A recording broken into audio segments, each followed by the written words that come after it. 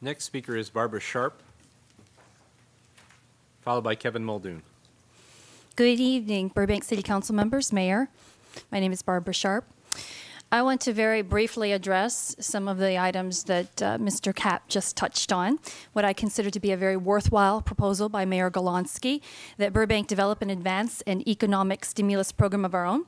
In doing so, I suggest 3 ways that we can be of assistance immediately to local Burbank residents and businesses. First, I would like to immediately revisit the film permit ordinance. I myself have been a documentary film producer for 12 years.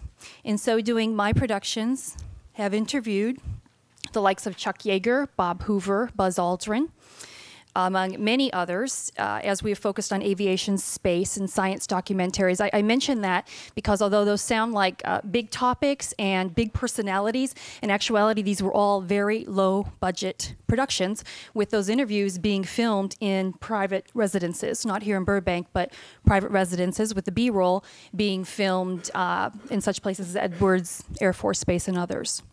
So while they sound like big productions, they're actually very small productions that, had we filmed here in Burbank, would have required the payment of the $350 permit.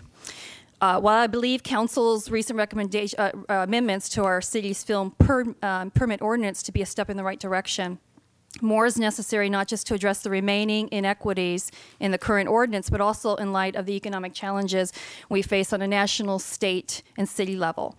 At the outset, I am not herein discussing the film permit ordinance as it applies to medium and large-scale productions.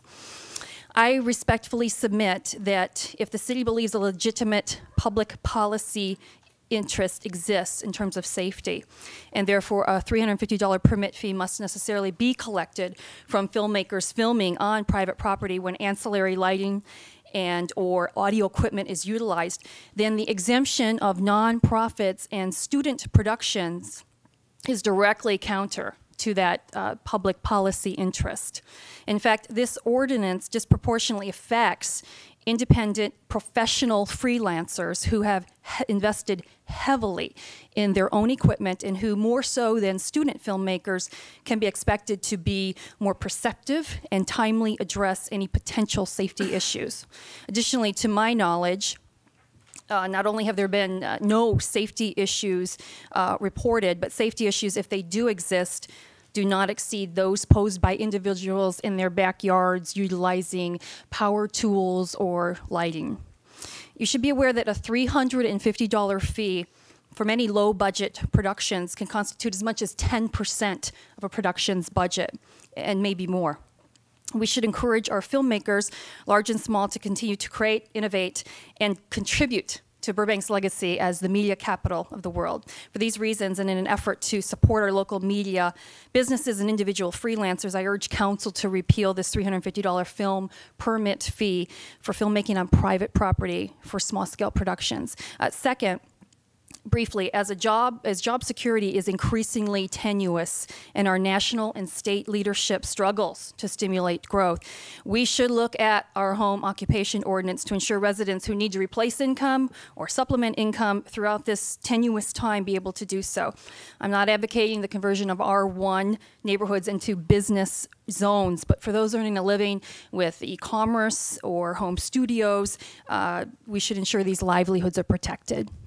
Finally, in an effort to support our local artisans, we should take a look at more frequent weekend closure of downtown San Fernando Boulevard to promote Burbank freelancers, draw shoppers downtown, and enhance foot traffic for retailers and restaurants. This is an opportunity at very little cost to the city to help stimulate our local economy and support our local businesses. Thank you. Thank you. Next speaker.